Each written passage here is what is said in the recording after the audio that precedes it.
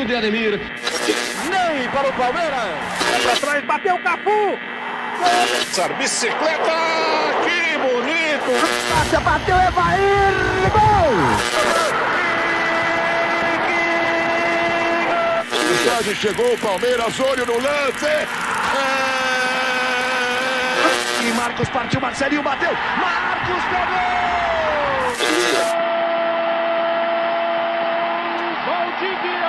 Uma vez o Mike, levantou a cabeça o Mike, faz o toque atrás, olha a batida! Olha lá!